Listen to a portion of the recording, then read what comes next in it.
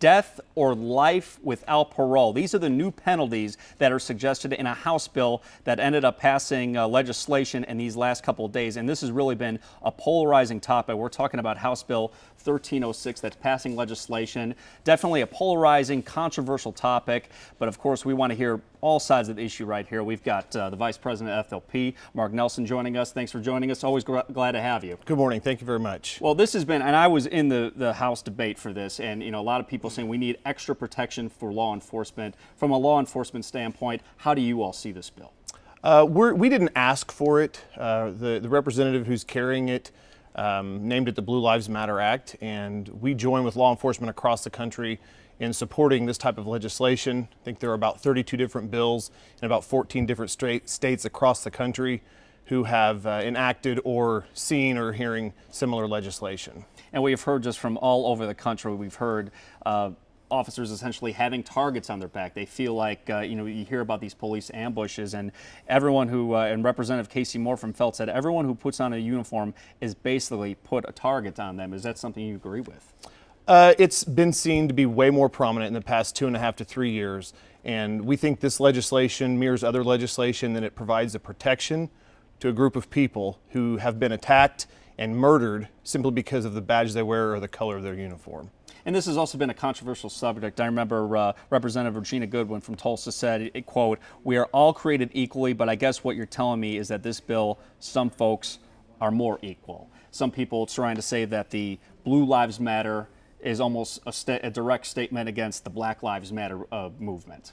Yeah, I think the response to that, those claims is equally important, and we, along with the representative and anybody who supports this type of legislation, don't see it at all as being racist. There are a number of groups across the country and in the state that have protections against hate crimes, and this is simply for the murder, the first-degree murder of a law enforcement officer, and it doesn't really change.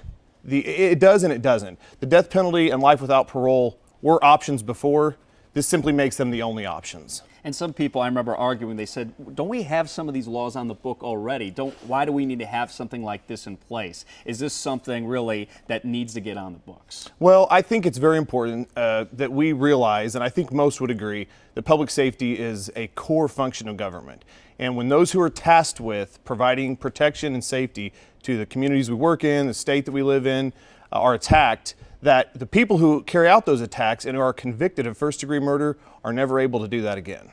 And so going back to the whole thing, some people arguing that there's a double standard in place, that there's more importance on the life of law enforcement rather than some of the people who are not, who are in civilians' clothes. Do you see that side of the argument? What would you say to those people who say this creates a double standard? So I understand it and am sensitive to those concerns, but I'll say again, there are other groups who have protections against hate crimes. And if you're targeted, whether you're a person or a group of people, and you're targeted simply because of the color of your skin, the color of your uniform, of what you do, this isn't the first time that there will be a law in place that would address that type of crime. How are things really changed over the last few years? Because you've just seen a lot of the civil unrest across the nation, but then you add some of these police shootings where officers have been the targets. How has everything changed, just from a law enforcement standpoint, and just how everything has changed? I mean, you look at body cameras, been a contentious issue. Now Oklahoma City Police with those body cameras, looking at these things, how have things changed? Well, 3 years has,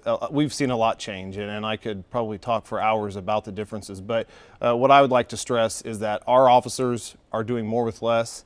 You remember last summer we had an issue with trying to get our officers rifles. Absolutely. We're still struggling with making sure that those officers have them prior to being trained. So our officers are committed to providing safety, and they're aware that as we're about 200 people, 200 officers short here in Oklahoma City, that you're going to be required to do more with less, and our officers, we think, do a very fine job of carrying that out. And because of that, does that make the job even more dangerous than it already is? Because, just hearing from spouses of officers, they say, we have to deal with this struggle where I don't know if I'm going to see my husband or my wife again, because it is a very extremely dangerous job. It is. It's emotionally taxing for a lot of our officers and a lot of our families.